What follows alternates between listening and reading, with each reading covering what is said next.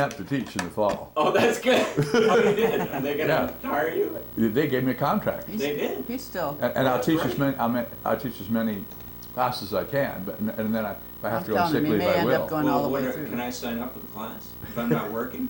Sure. You don't want that though. You Yes, want I me to have do. your job. Of course I do. No, no. Of course I do. Just so long as you don't use that line about, are you going to teach us more than you did in humanities? This is May 18th, 2010, the Ken Quinn Project. And we're joined by Betsy Quinn, his lovely wife. So tell me how you met Betsy and how you courted her. Well, we went to a small liberal arts college outside of Kansas City. It was very much like Westmont College. It was a Presbyterian school.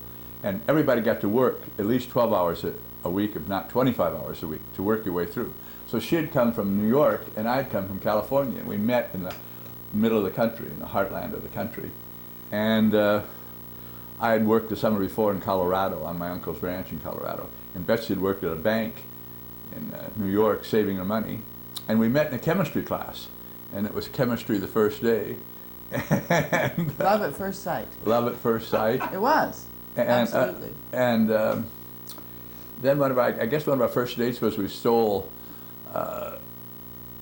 the trays from the cafeteria and went sledding down a hill. And then I was so nervous. I had because I'd gone to a big high school and had such an inferiority complex that I invited her to a play. He came to my dorm. This is I have to tell this because I just think it's so hilarious.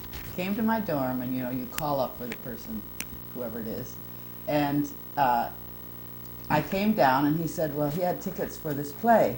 Would I be interested in going? And I said, yes. So he gave me one ticket. So I thought, well, that was nice. I said thanks and went back upstairs. And later, I guess the next day or so, I went to the play and sat down. And other people were coming in, and then Kent came in and sat in the seat next to me. Oh, I just love that. That was so funny. And just stop 1 second. Mm-hmm. Just beware of the mic, because I think your sleeve was on it. Oh. It'll. Oh, okay. Yeah. I'll roll it up. Okay. So, yeah. And let's see, then. Well, I want you to tell about the formal that we went to, because I love that story too. Remember? Oh, well, you tell the story, yeah. Okay. This was after he had actually worked up the courage to ask me out on a date, and it was a dance, a formal dance at the school. And when the dance was over, he said to me, oh, we've got to go to the airport. And I said, the airport? Kansas City Airport. He said, yes, we have to go. So we went to the airport, and first of all, he took me out to the end of the runway so we could actually kind of lie down under the, what were they, Connies? 707s, 707s, yes. And watch them take off right at us. And after that, he said, well, we're not finished yet. We have to go up to the control tower. So we went to the control tower. And you lecture. And the guys in the control tower actually let us into the control tower. I'm in my formal. You put your bouquet down on the steps because the guy came up later with, what's this bouquet? Right, with my bouquet. Anyway, and they let us up in the control tower, and we helped to direct planes for a while. That was the end of the first date. So typical. And we got involved in a summer theater, and Betsy was living out in the house, was a wonderful house by the Bell Road barn, and she got the flu. So we moved her to this boys' dorm. There was 3 of us downstairs, each of us had a room. And during this time, we were gone. I was managing the swimming pool, and some custodians came and poured gasoline on cats.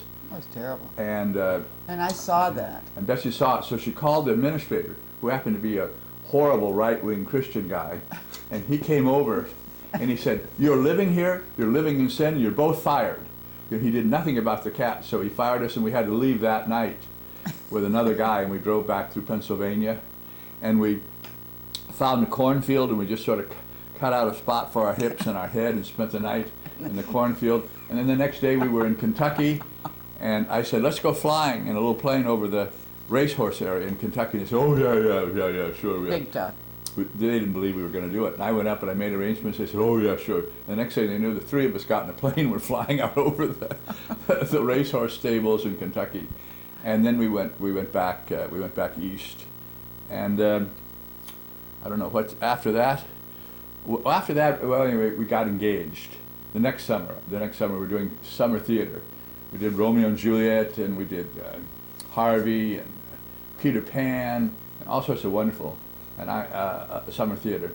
And we got engaged, and we went back at some point. We went back to New York City because her parents lived about 60 miles away, up in Westchester County, and we wanted to get a boat and go to Europe. We decided we were going to drop out of school and go to New York City and get an apartment and work, a walk-up apartment and work.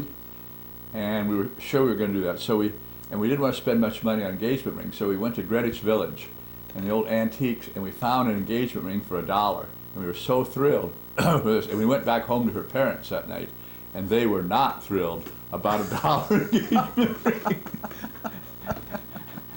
And, but then our teachers said that we all had to stay in college because we'd get pregnant. Betsy would get pregnant or something would happen, and so we had to finish college. Then we were going to leave and go to Europe as soon as we graduated from college. But then they said, no, now you have to go to graduate school because you have all your references are good, and all, and they will be very suspicious if you take a whole year off and just waste your time. So we went to graduate school in Washington D.C. and Betsy. Well, you went. I went. Betsy Yeah. still to this day resents the fact that she became a secretary for a radio station, and I had a Mason fellowship where everything was paid, all my tuition, and I got $200 a month, which would be like $1,500 a month now, for expenses. And I went, but then I got a job working for a congressman, which was far more interesting than. I had been in Washington D.C. earlier in the American University Washington semester program, but I had no money, absolutely no money. My father had died, stepfather died, there was no money, and I had to get a job. And that was a long, and I worked from midnight till 8 in the morning at a railroad station starting on the 2nd of November, and tried to take classes during the day after having been up all night. And I got sympathy grades from teachers who gave me B's and A's because they knew what bad shape. I thought, how am I going to get married? I don't have any money. How can I possibly support a wife? And my grandmother came through with $100 so I could buy Christmas presents for Betsy and her parents. That Christmas, otherwise I would have up in Connecticut. But when I was in Washington, I remember I was working on a paper, and I had to go to the House Documents room, and I asked this guy where the House Documents room was, and he grabbed me by the arm and started walking along. He said, "I'll walk you right there." And as we walked along, everybody started saying, "Hi, Sam. Hi, Sam. Hi, Sam." And I realized that Sam Rayburn, Speaker of the House, had me by the arm and was leading me to the House Documents room. And we had a great time. Why don't you tell a little bit about working for the congressman and then going out and working in the district? Oh, okay. The congressman lived in what looked to me like a southern plantation home, and he was a tobacco farmer. So he would have these meetings all over different parts of Missouri where Kent would drive him, and I would go along, and we would just meet crowds of people, and he would try to convince them to vote for him. And we went to ice cream socials until we could barely look at ice cream anymore. And we went one night to what he told us was a coon hunt. And we both looked at each other a little bit uncertainly because we weren't sure really what was going to happen. So we got to this place, and they put us up on a little makeshift kind of a stand with the congressman. And then all these dogs started appearing, people with these big cages with these raccoon hunting dogs. So all the dogs were lined up all around the stage while the speech went on, and the dogs got impatient and they all started howling. And the congressman kind of cut his speech short, and that was the end of that political rally. At the end of the night, after going to 2 or 3 farmers' potluck suppers, we would go to the Roubidou Hotel in St. Joe and have a steak dinner and a glass of scotch and relax. But we also traveled with Tom Eagleton, who was a 32-year-old attorney general, running for attorney general, and later on, after that, he had some mental problems and got some shock treatment, and he was turned down as possible. No, he was picked as vice presidential candidate by McGovern. It was McGovern, yeah. And McGovern said he was 100% behind him, and then dropped him after 3 days because of having the mental problems. But we also traveled with the governor of Missouri and was Senator Stuart Symington, and with another guy who was running for senator. You know, and we learned far more. We got to go to dinners where the president talked in Washington, D.C. We learned far more working for the congressman than I did in graduate school at George Washington University in political science. Well, we would go late at night to Congress and watch, just watch to see who was there, like The Kennedy filibuster. and filibustering, Nixon, people wandering around. Not a lot happening, but it was just really fascinating. Oh, everybody to see was there. everybody. Everybody was there. John Kennedy, you know, Richard Nixon, and I was so innocent and so naive that Kennedy gave a speech for 45 minutes one night at 2 o'clock in the morning that nobody was listening to on national defense. And I said, Hold up on there. Put up there, and there were rocks crashing into the bus. Do you remember that? It was unbelievable. And he was going 90 or whatever the heck he was That's what doing. they It's said. just unbelievable. I remember Mary and I sitting there and said, we were both invited to a party tonight. What are we doing sitting on this school bus? You know, 3 across on one of those Three across horrible on the seats. hard benches. It's a Friday night. Why in God's name are we going up there?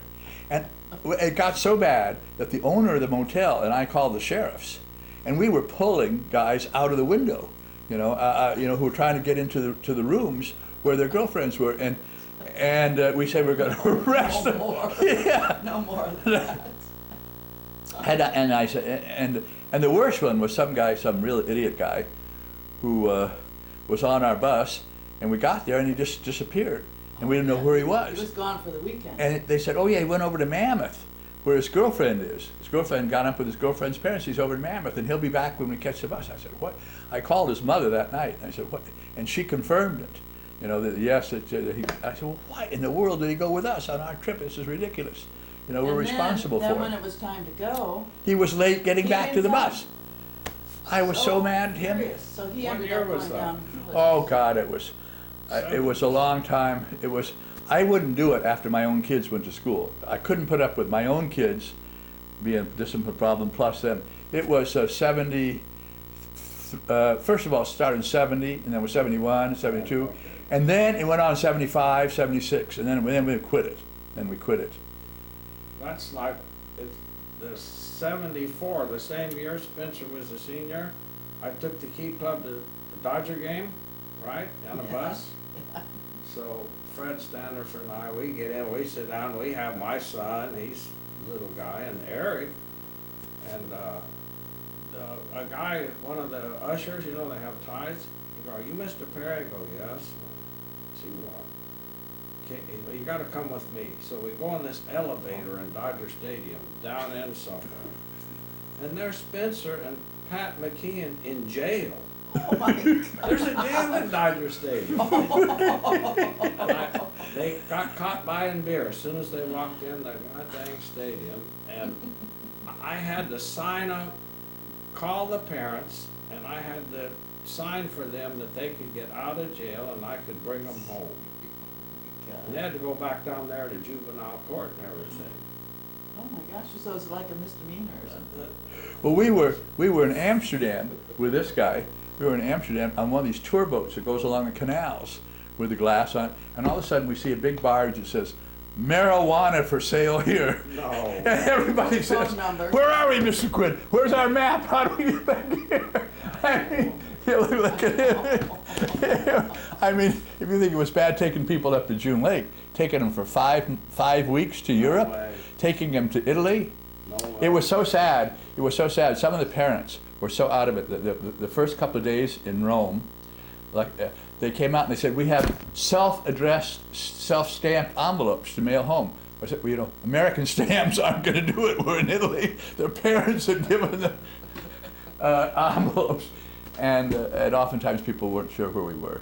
But it was good. Brent, for example, was he would say, let's go back to the art gallery, you know, where we won't be so pressed, and we could do it. And we also asked them and Chuck Rudd and some other people if they wanted to go to hear the Vienna Philharmonic. And they got all dressed up and they said, okay, we'll go to the Vienna Philharmonic if you'll go to the discotheque with us afterwards.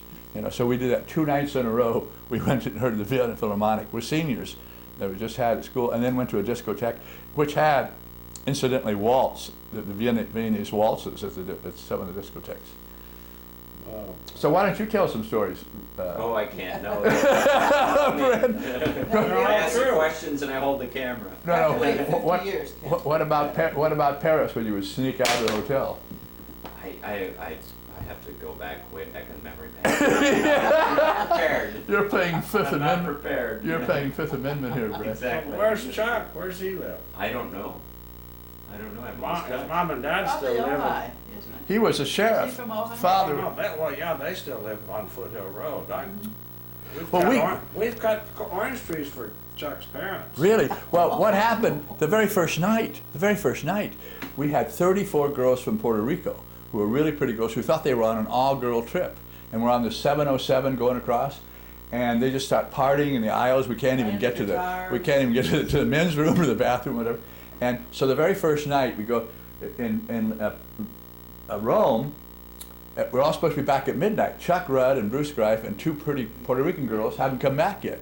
And somebody says, "Oh, they're having so much fun. They're never going to come back. You know, they're down in Rome. Where are they? They're down in Rome somewhere." You know. So the counselors and I and the principal are waiting for them. They come up about 10 minutes to 1, and the boys come and say, "It's not the girls' fault. It's not the girls' fault. You know, we'll take all the blame."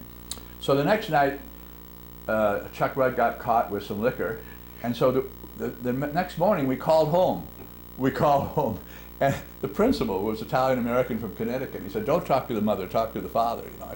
So I said, "Well, it's 2 o'clock in the morning, a collect call." Yeah. We said, "Your son's been out after hours, he's had liquor in the room, and we're going to send him home if one more thing happens."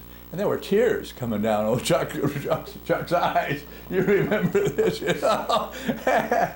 And he was very good from then on, because he was really terrified he was going to get sent home.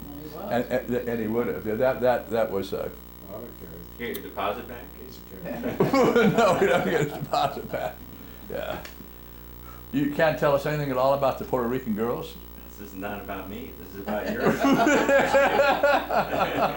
Right. This is your diary. He's not here to defend himself. I'll digress defending your life.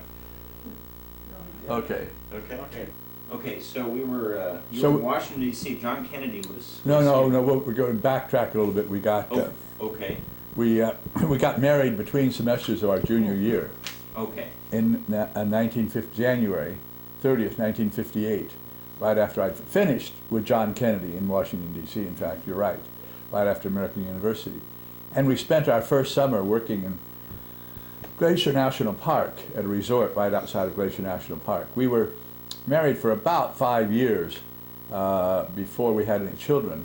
And in fact, we were invited to go water skiing down in Istanbul, and then Betsy just got pregnant. All by myself. How did that happen? and that kind of messed us up. But why don't you? It's happened before. Why don't you go on and tell about the second summer, or a little bit, or anything about Glacier, and then Martha's Glacier. At Glacier, we worked 6 days a week, and then we hiked the 7th day. And sometimes on the 6th day, we would go in at night to a ranger's cabin, because the rangers all let us use their cabins. So we could hike in at night and then do a longer hike the next day. And one of the hikes we took, I guess it was Sperry Glacier. I think that was the one we went to. It rained the whole day, and there were like 8 of us in a line, and we were all squishing the whole way.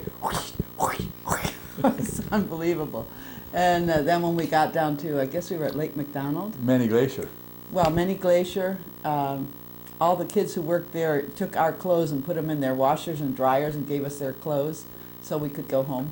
It was wonderful. Oh, and then we decided one day we were at St. Mary's that we would get some old tire inner tubes and we'd go down this river. It looked like it'd be a lot of fun. Remember that?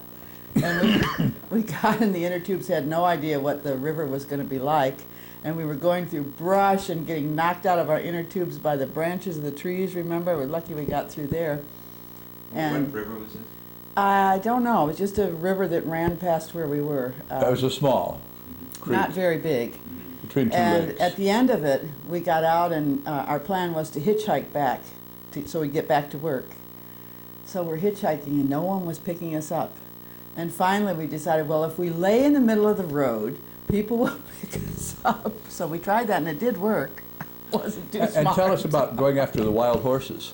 Oh, going after the wild horses. There was a a young fellow up there who was the wrangler for some people who had horses. And he had been hired to try to get back some of the half-wild horses who had left. They were tame horses and they'd gone and joined the wild herd. So Kent was helping this wrangler, and he was loving it because he got to put chaps on and go riding just crazily all over the place. And then one day they decided they would take me along. Me, not much of a rider. And I had a slow horse, so my horse had to trot the whole time we were walking out there. And by the time we got out near the horses, I had a terrible stomachache and I was certain I was going to die. And then they left me to go after the wild horses, so I lay on the ground holding the reins because I didn't want the horse to leave, and I just had these visions of my bones, my sun-bleached bones in the sun when they found me several years later. But it didn't happen that way. But I came right back after 20 He came back and rescued me. We were about 9-10 miles out in the middle of nowhere, going to a horseshoe canyon to try to get the wild horses into the horseshoe canyon. And then we also took the horses swimming, and one of them almost drowned. It was my horse, of course. My horse. Everybody else went out in the lake, and their horses are swimming. So I go in with my horse, and my horse begins to sink. I mean, rapidly. And I didn't know what to do. I was pulling on the reins and there's no way you can pick a horse up and get him out of it. She wasn't even on him. You were swimming along beside him. Yeah, and he was sinking. He was sinking. So we got him out. We talked to a lot of the kids that summer and said, let's work on Cape Cod next summer. And we all agreed. And Betsy wrote letters, and we got a job on Martha's Vineyard. Oh, we got offers of so many jobs. We got offers of jobs on islands off Maine. I remember that. But we never had an interview. And Betsy was the secretary, and I was the handyman. And I met everybody at the airport and at the ferry. Menempshire Inn. We worked at the Menempshire Inn, or Menempshire Inn. And it's the same airport that John Kennedy didn't make it to. On Martha's Vineyard, and they were very, very intellectual. The rabbi of the largest synagogue in New York City, and who was the live photographer? Alfred Eisenstadt. Alfred Eisenstadt. We went out photographing with him at 5 in the morning and helped him put on his slideshow. And you had dinner for a month with the lady in the physics department at Sarah Lawrence. Sarah Lawrence College. It was wonderful. And we never got off the island for the whole summer. But what the story I like about that summer was Kent's always somehow getting involved with sailing, and so he had rented this little boat for a week, and the plan was to take everybody who worked with us or anyone who was interested sailing, and that would recoup the money of the cost of the rental. So the first day out, they were sailing, and somebody kind of lifted the rudder and dropped it overboard, and it sank. Wooden rudder. Wooden rudder. So there we were, but Kent managed to get it into, I guess, into Oak Bluff or somewhere where there was a guy who could actually make a new rudder, which he did, and got it quickly back to us. And then everybody, by this time it was a real sympathy cause, so everybody wanted to go sailing to help us recoup from the financial disaster. But that rudder worked, didn't it? Nobody dropped it. That was the most intellectual place we've ever been. A long line to get into the library, the 3 afternoons a week it was open. Mm-hmm. We went to church, and the guy was talking about Russia, and he was the head of the law school at Harvard, who had, it was really, and painters, and it was, and of course it wasn't very far from Chappaquiddick. It was right, we would go to Edgartown to buy liquor for everybody because it was dry every place else, and Chappaquiddick Island was right there. Can you tell me again what the island was? Martha's Vineyard. Oh, Martha's Vineyard. Right okay, off, I missed that part. Right off Cape Cod. And you were there for how long? A whole summer. Okay, and summer of '58? No, this was the summer of '59 after we graduated. Summer of '58 we were in Glacier National Park in Montana. Okay. And then the next summer we worked for the congressman out in Missouri, living at his house and driving him and typing up his speeches and working in the campaign. And then after that I got drafted, but I said I was in summer school, so they put off my having to enlist, and then I said, okay, I'm ready to go, and they said, we don't need anybody. So finally, but last night I figured out it was not such a bad mistake after all. I enlisted in the Army for 3 years as a RA instead of being drafted. And RA is? Regular Army. Okay. But I was 23, and I was through graduate school, and I was in with a lot of 17-year-olds who were from the Ozarks, who was either reform school or go to the military, and but I was thinking last night that it's good my boss, the administrative assistant, the congressman, said, just go in for the 6-month program and come back to work for us, because now you finally learned something and you're worthwhile working for us. But I could have very easily ended up in the active reserve and been sent to Vietnam to fight in Vietnam had I done that. So I enlisted with a buddy in Missouri, in St. Louis, Missouri, the day that Kennedy was elected, the day after Kennedy was elected, and I enlisted for Europe. And I wanted Betsy to get to be a better skier, and my aunt and uncle had a ranch near Aspen, Colorado, and she was staying in Albuquerque with her parents. But I suggested that she move to Aspen and get a job so she could get to be a better skier. But this, in reality, turned out to be not a very good idea, because you don't really want to leave your new 22-year-old bride in Aspen, Colorado while you're off for 4 months in the Army. I had a wonderful time. I was introduced to Black Russians, which I've never had anything to do with since. I bet. Horrible drink. Aspen was a different place back then. I mean, It was. It was very small. It was. Was it still a go-to destination, or was it just starting? It was. I don't know what it's like now, but it was a vacation spot for, of course, for Denver, but also for kind of people around the world who were skiers. But it wasn't like a flashy destination like it is now. We used to fly out over the fall colors in those little twin engine airplanes. But you would write me about you met these nice guys who reminded you of me, and I was not happy to hear about this at all. Yeah. How many years were you apart? Or how? Oh, no, years, it wasn't but years. How long? It was months. Months. It was months. I was in basic training, and then the second 8 weeks in the Army. And where were you in basic training? In Fort Leonard Wood, Missouri, in the middle of winter, freezing, just freezing. And Betsy was in Aspen, you know. Oh, I was freezing too. It was cold. There was cold weather there. I was indoors. Right. I was working for Roy Reed Real Estate. You were going to work for Aspen Airlines, and that fell through. But the thing I remember about it, which I shouldn't even put this on tape, but I thought it was so funny, was that Roy Reed was a real estate agent, but also a skier and a ski instructor, and he was terribly vain, and he had kind of long hair that was down around here, and I would see him when he'd be getting ready to go do his ski instructing. He'd get 2 brushes, and he'd brush this bunch of hair over here and this bunch of hair over here, and then put his hat on, his ski hat, and then he'd look like he had a full head of hair. It was just wonderful. Yeah. But Aspen was wonderful.